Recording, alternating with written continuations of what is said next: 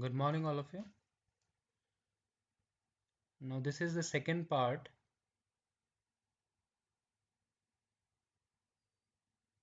of a video regarding an approach towards a patient who is presenting to us with a swelling. Although in subsequent videos we are supposed to cover the ulcer as well as the lymph node examination, we'll come to that slowly. In this video, we are going to focus on the various things we are going to ask or we are supposed to ask during the history taking part in any patient who is presenting to us with a swelling. In this,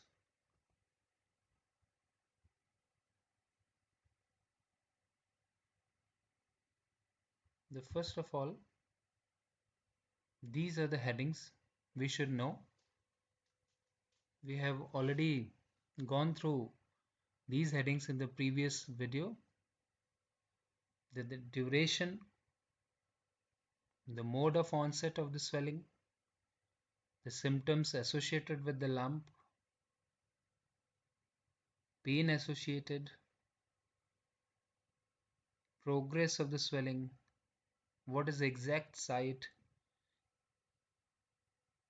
presence of other lumps along with the presenting swelling, associated fever, whether there is any impairment of function due to swelling, any other secondary changes, whether this is a recurrent case or a primary one, history suggestive of weight loss,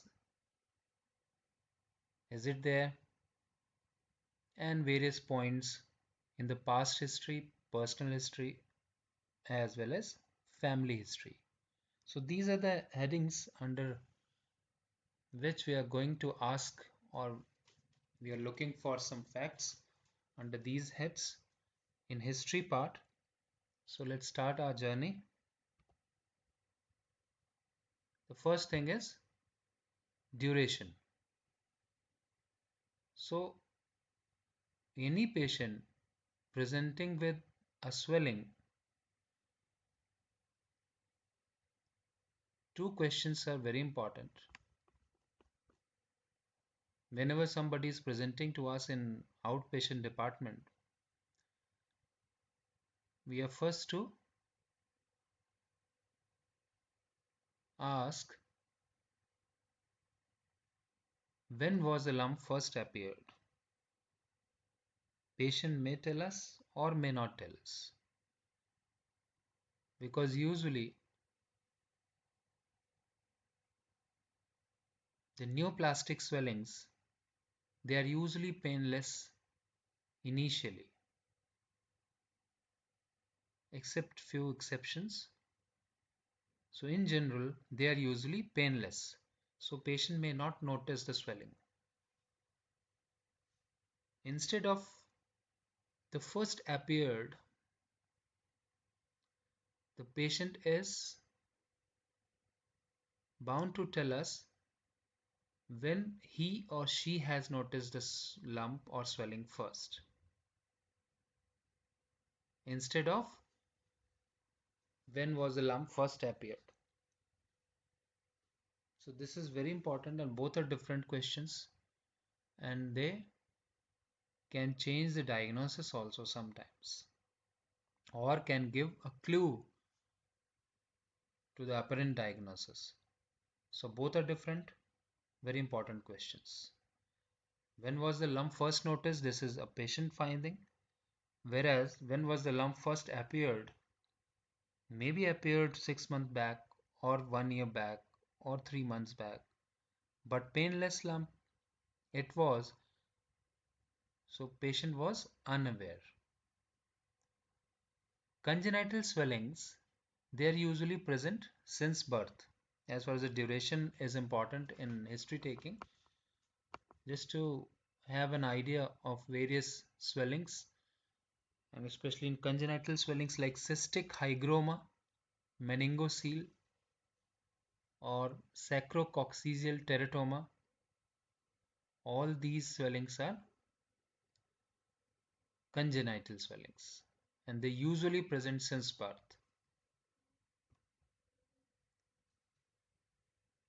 If we are going to have a small short discussion regarding the duration part in the history of a patient presenting with a swelling, if the duration is short with pain, usually the group diagnosis is acute inflammatory.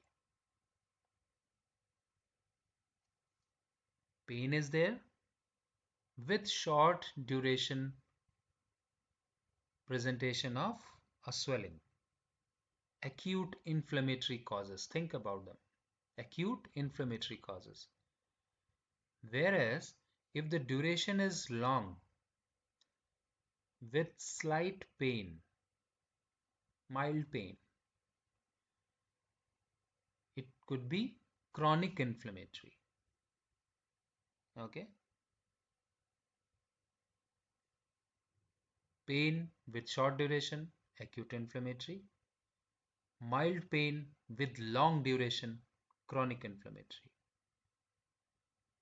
No pain, long duration, benign neoplastic swelling.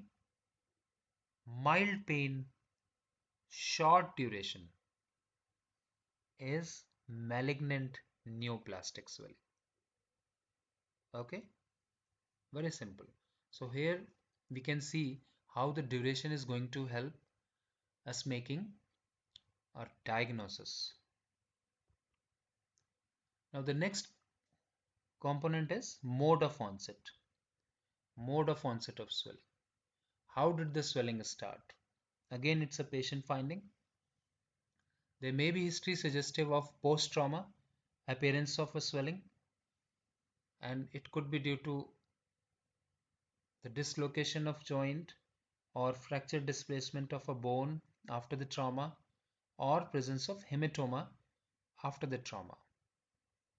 So these type of history suggests a traumatic nature of a swelling. So traumatic group is there. If there is a spontaneous development of swelling with severe pain, suggestive of inflammation, inflammatory group. Sometimes patient just casually noticed the swelling and it is continuously increasing in size over a short duration of time. It is highly suggestive of some neoplastic etiology. Sometimes a swelling may arise from pre-existing conditions like a pinprick in the ear, or a swelling can arise from a scar of burn area, that is keloid. Another example, from benign nevus or birthmark even, a condition may arise that is known as malignant melanoma. Very bad malignancy of a skin, malignant melanoma. Usually the patient says, I felt it while taking a bath, or somebody else has noticed and drew my attention towards this swelling. So usually if a swelling is being noticed casually, painless, could be one of the differential diagnosis of a neoplastic swelling. So this is mode of onset. Now the third thing is whether there are any other symptoms associated with the lump. Okay. Whether there is pain. If there is pain in any patient presenting with a swelling, patient usually tells himself or herself without asking, yes, ma'am or sir, I'm having pain, and pain is mild or severe, and just for let's say 5 days, or it's been 3 months. So, pain could be a symptom associated with the lump. Sometimes, fever may be associated with the lump. Along with that, if patient is having some other swelling presentation in the neck compressing over the trachea, that may lead to the difficulty in respiration, the huge thyroid swelling example,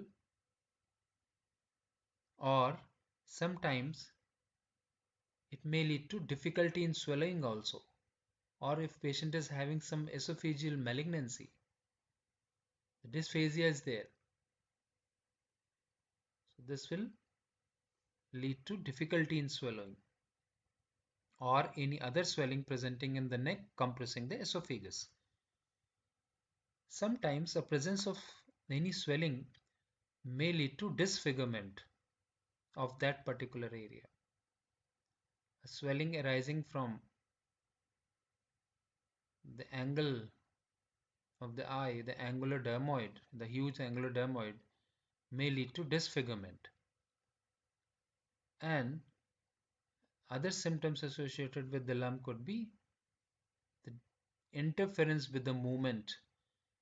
Suppose there is a swelling just above the knee joint and that is compressing some nerve, or it is involving the joint space, that will lead to interference in the movement of the patient. So these are the symptoms associated with the lump. First, let's say the pain. These are important, the summary. If a swelling is a neoplasm, more likely a neoplasm, the pain is usually absent in early stage. In later stage, yes, pain may be there due to various reasons, due to involvement of nerve entrapment. Nerve entrapment could be there, or if there is deep extension. So these are the conditions in advanced malignancies. You may have pain, but for practical purpose in early stage, if pain is absent and there is a swelling with short duration, neoplasm. If pain is there, short duration, inflammatory. If pain is there, short duration with history of trauma in the recent past, traumatic. If pain is associated with lump, we should look for the nature of pain, the site of pain, and time of onset, whether the pain appears before or after the presentation of swelling.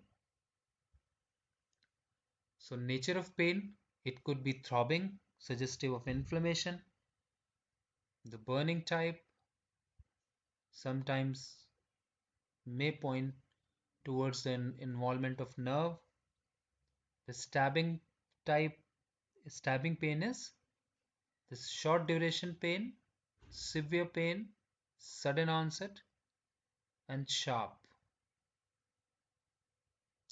stabbing pain.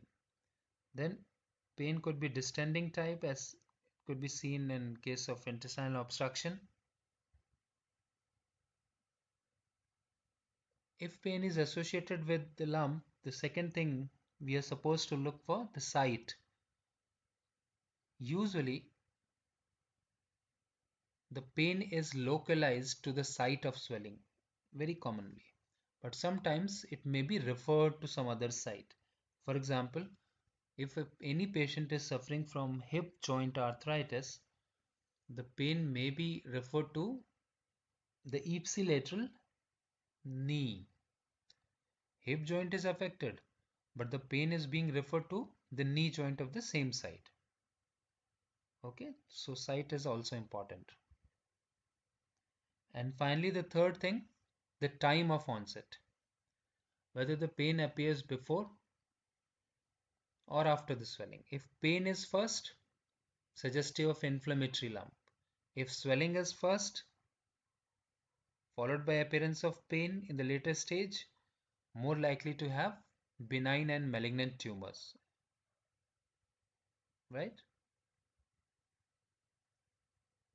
If swelling first versus pain means swelling comes first, followed by pain, benign and malignant tumors.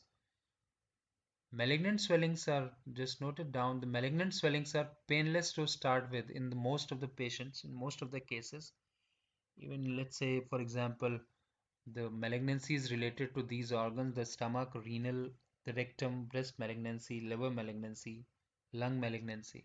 The only exception here is osteosarcoma.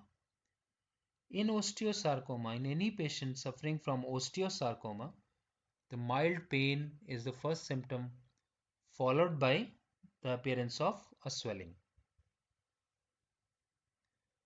Now, in these patients, this neoplastic etiology, having neoplastic etiology of pain appears when these are the associated, the five causes could be there. In any patient presenting with a swelling and we are suspecting some neoplastic etiology, the pain appears when there is involvement of nerves, when there is deep infiltration by the tumor, when there is presence of ulceration over the swelling, the skin area, when there is fungation in the swelling, the fungating growth is there, and associated inflammation is there. These findings are there. Yes, patient may present uh, with pain also, even in cases of neoplastic etiology. And usually the presence of these factors, the five things, usually in most of the cases, they indicate inoperable tumors, most of the cases. Or even if you are operating these tumors, the results are not good. The only thing you can offer surgically is the palliative surgery. Okay? I hope all of you know what is palliative surgery. If not, just message me. I'll make a video on palliative care also from surgeon's perspective. So next head is the progress of swelling in history. Whether there is any change in the size of the swelling since it was first noticed? Ask this question. Usually the benign swellings, they are static or they are having very slow growth. Whereas malignant, they are having fast growth. Sometimes a swelling is static and suddenly it has increased in its size. It is suggestive of malignant transformation of a benign growth. Previously it was benign. Now some malignant transformation is there and now slowing the swelling is growing very fast. So malignant transformation of a benign growth. Sometimes the other way around may happen. Swelling may decrease in size. The swelling may decreases in size and it is suggestive of usually inflammatory lesion. If there is some change in consistency of the swelling or surface with decrease in size, it could be suggestive of degeneration of swelling. Okay. Now the next important thing is site. Site of origin is important. Suppose a patient is presenting with a huge swelling. Now I'm going to examine, or you are going to handle this patient. You are supposed to handle this patient and you are taking the history. Now whole of the abdomen is distended, huge swelling is there.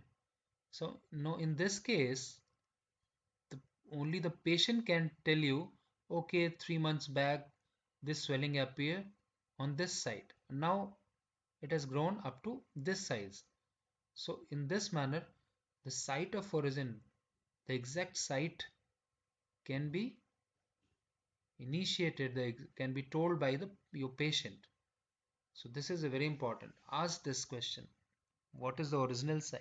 3 months back. Patient will help you. Right? Then fever. Fever may be associated with the swelling.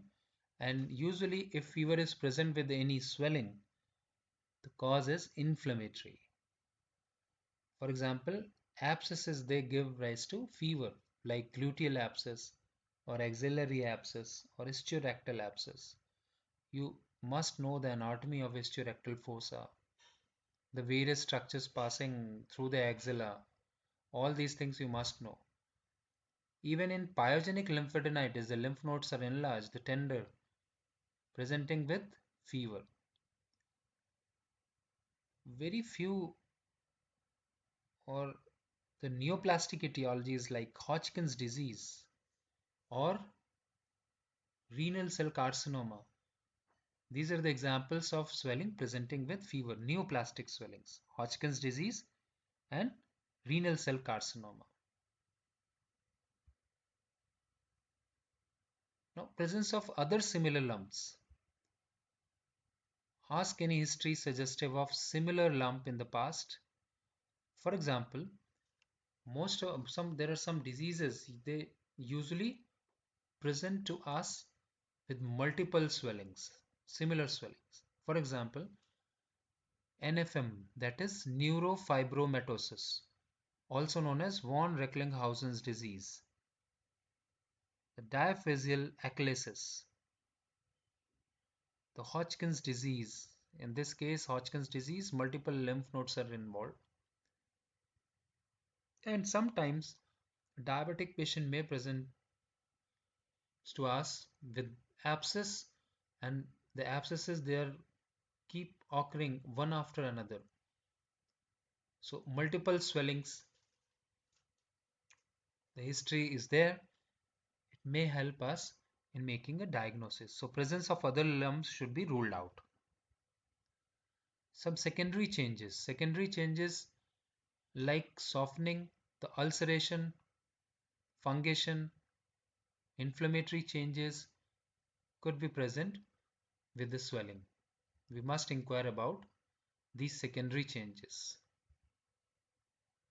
The function impairment, or suppose a swelling is there, let's say osteosarcoma near the knee joint, and it may lead to partial or even sometimes total loss of knee movement of that side.